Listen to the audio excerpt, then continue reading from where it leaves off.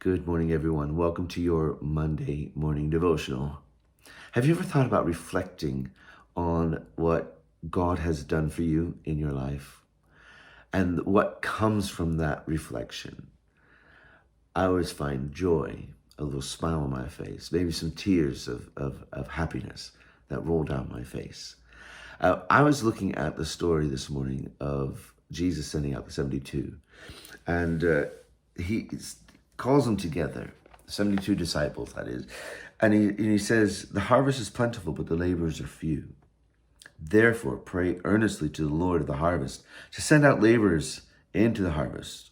It says, go your way. Behold, I'm sending you out as lambs in the midst of wolves. Now, that's not something to be joyful about. And when you hear something like that you're being sent out by Christ into a pack of wolves and you're just a lamb. In other words, you're easy prey. But what I find interesting is that the 72 did go out, 2 by 2, taking nothing with them and declaring their peace on homes and settling in homes of peace and going to cities that were not places of peace. But when they returned, this is what it says. The 72 returned with joy, saying, Lord, even the demons are subject to you in your name. And he said to them, I saw Satan falling like lightning from heaven. Behold, I have given you authority to tread on serpents and scorpions over all the powers of the enemy, and nothing shall hurt you.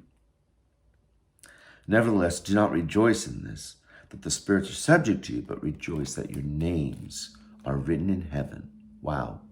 I remember as a child singing that song. It's a hymn. There's a new name written down in glory, and it's mine. Oh, yes, it's mine. And the church was rocking with that song because of the joy that is found, not in the fact that the enemy, we have authority over the enemy, but the fact that our names are written in glory. Because of that, we can go out like innocent lambs into this world, amongst a world that there's ferocious wolves, and know that nothing will hurt us because of Jesus. If you look in the Old Testament, the book of Exodus, where the children of Israel are just petrified that the Egyptian army is going to overwhelm them, and they're at the Red Sea. You remember that story? And what does Moses do? God instructs him to lift up his staff, and the sea is parted by God. The people cross over on dry land across the seabed. And as they get to the other side, the waters come back together and the enemy is defeated. Now they rejoiced. It says that they got out their timbrels and they danced and sang a song unto the Lord, for the Lord had delivered them.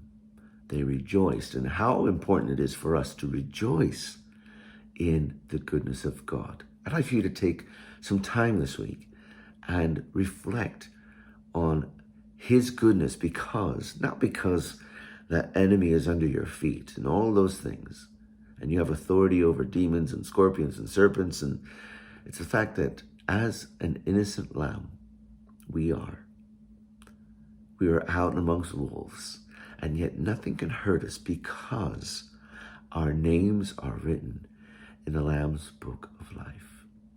Our names are written down in glory.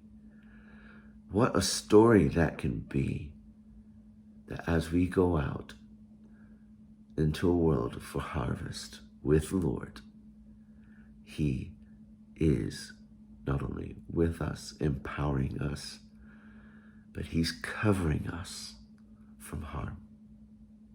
Wow. God bless.